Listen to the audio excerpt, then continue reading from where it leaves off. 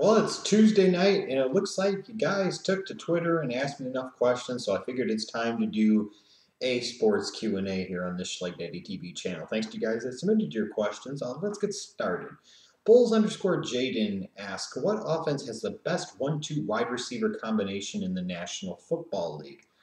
I'll tell you the team that doesn't, the Chicago Bears. Uh, you may be, as a Lions fan, looking for me to say Calvin Johnson and Golden Tate, but nice try, not going to happen. Yeah, there's quite a number of really good 1-2 combinations at wide receiver in the National Football League, honestly, if you really think about it. And there's quite a few of them. Denver has a good 1-2 punch in Demaryius Thomas and Emmanuel Sanders. I think you could definitely point to your Lions with Calvin Johnson and Golden Tate. You look at Andre Johnson, DeAndre Hopkins in Houston.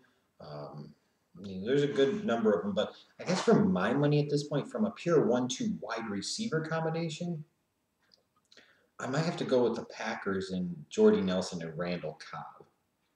That might have to be what I go with. IMPT_3 is Le'Veon Bell making a case for the best back in the National Football League? Perhaps the best all-around running back, yeah. I mean, he's making a case. He's made a statement in year number 2. He's been incredible. Any time where you sit there and are statistically equivalent at any period of time, for any length of time, for any stretch of time, to sweetness Walter Payton, you're doing something right. And to have 3 straight games with over 200 all-purpose yards, that's incredible. 200 yards from scrimmage in his case. It's just absolutely incredible stuff. Le'Veon Bell has been on a tear lately. It's been impressive to see. Let's see here. Junior 14, 85, 67, 92 asks, do you think the Montreal Expos would have won the World Series in 1994 had a strike not happened? One of life's great mysteries, and sadly we will never know. One of the great tragedies of my childhood was that baseball strike of 1994. It was just terrible. It was such a great year for baseball, too. You had Gwynn going after 400. You had Matt Williams, I believe, going after the Triple Crown. You had Ken Griffey Jr., potentially pursuing Roger Maris's home run record. You had Greg Maddux in his incredible season.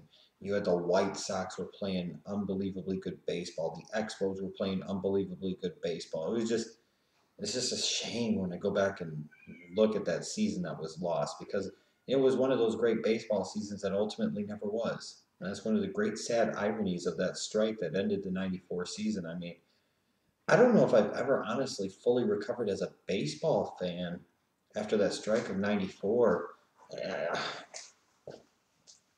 I always felt like I lost a lot of my sporting innocence, honestly, after that. I don't know if I've ever looked at sports the same. I know I most certainly haven't looked at baseball the same. I mean, and that was 2 decades ago. And I still don't think I've ever gotten over it, and I'm never going to. Because I used to be a big-time card collector, and now I could care less. And pretty much after that, frankly, I started caring less. Got to the point where I didn't care at all. Yeah. And that Expos team was really damn good in 94. They had a chance. I mean, they definitely had a chance. That was a hell of a team, man.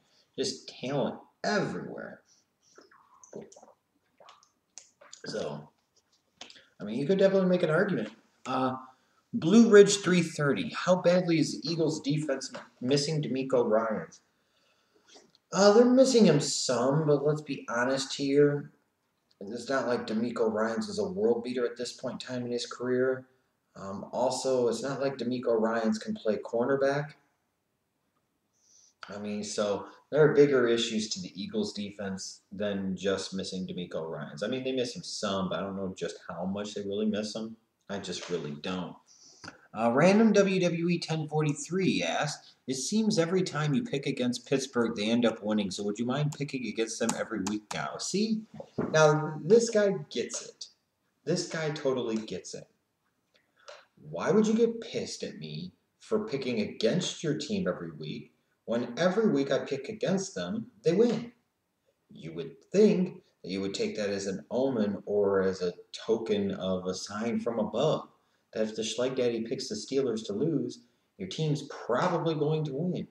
You would think you would want me to pick them to lose, because that would mean more victories for the Pittsburgh Steelers. Random WWE 1043 gets it.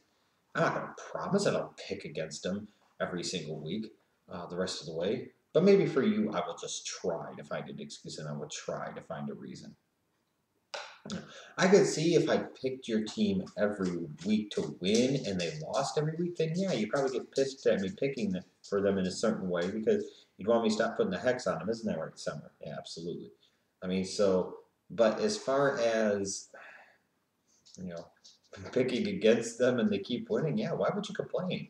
I see sometimes people get pissed off at me. Why would you get pissed off at me? I would think you'd be happy.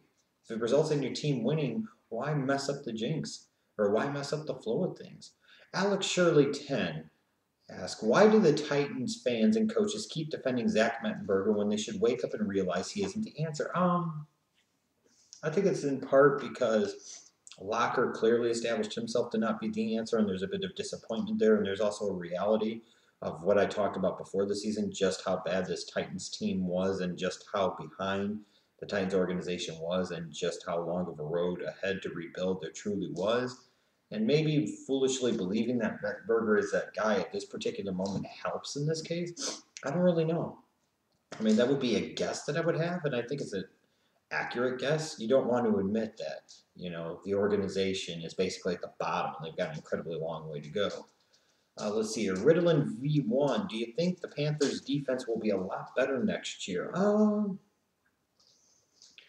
know if they'll be a lot better. They might be a little bit better. I just don't know how much better they're going to be.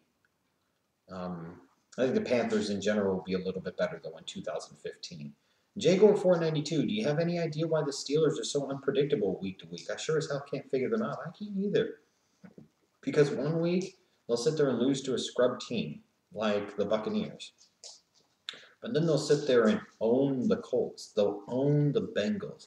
That's what's so frustrating about those Steelers teams of recent years. They'll beat, if not flat out dominate, the really good teams, and then they'll struggle or get dominated by the really bad teams. It's just, why does that happen? Coaching, players, other teams stepping up and having a big week against them. It's a combination of things. Isun Real 7. People always talk about how good the 49ers defense is, but it was mostly built by Mike Singletary. Correct me if I'm wrong.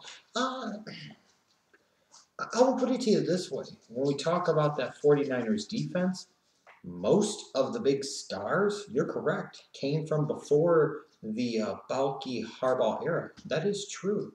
They did come from before 2011. Patrick Willis, Navarro Bowman, Justin Smith, Ahmad Brooks. I mean, these were all guys either via draft or free agency, Ray McDonald, that all predate 2011.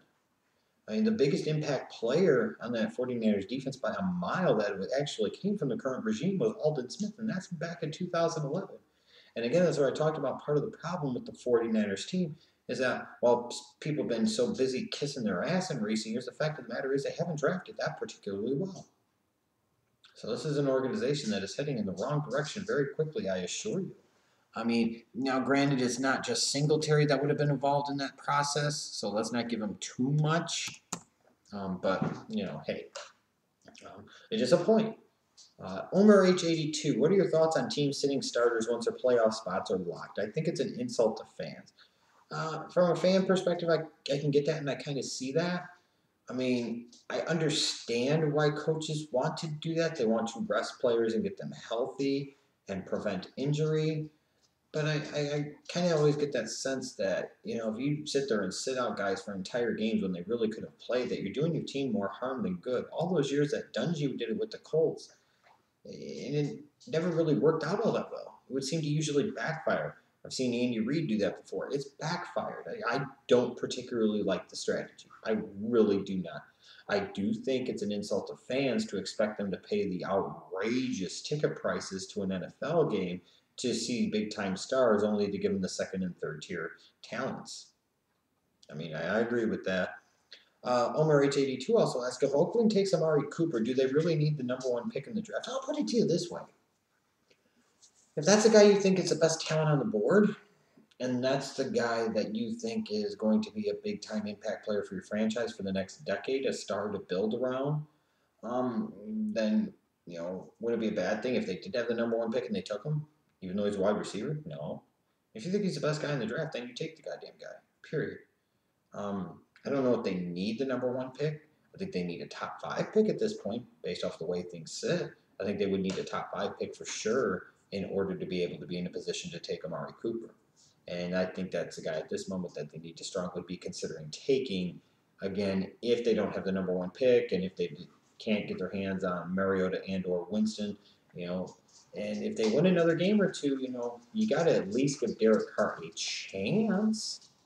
Like I said, I have my own opinions on it. I don't fully agree with it. I don't fully disagree with it. But if you are going to roll with Derek Carr, drafting a defensive player in the first round again would be stupid. Be something the Raiders would do, but it would be stupid. You need to help Derek Carr because that offense is doo-doo. Doo-doo. They're lucky they've even won 2 games this year, frankly. And that's just the truth of the matter. Okay. Bulls_Jaden also asked, is Fitz the long-term answer for Houston? Should they draft a QB since Fitz has caught fire towards the end of the season? Fitz is not the long-term answer. Let's not kid ourselves. And yes, they should draft a young quarterback. They should have drafted a young quarterback in the first round of 2014. But instead, because they're a dumb organization that doesn't learn from their mistakes of the past, they decided to take another pass rusher with the #1 overall pick, and look how that's working out for them again. I'm just saying. I'm just saying. I guess the best way I could put it is, if you're thinking that Fitzpatrick in any way, shape, or form is your long-term answer, then you deserve what you get. And that's something that concerns me about that Texas organization. You bring in an offensive-minded head coach, and you decide to spend the first overall pick after you just had the worst record in the league on a pass rusher that had some durability concerns, that had conditioning concerns, that had work ethic concerns. Certain organizations deserve what the fuck they get because they made their bed and now they have to lie on it. And that's the truth. So I want to thank you guys so much for sending in your questions for this Q&A. I should be back again later this week with another one. And make sure you stay tuned all week long for more great content here on the Schleg Daddy TV channel.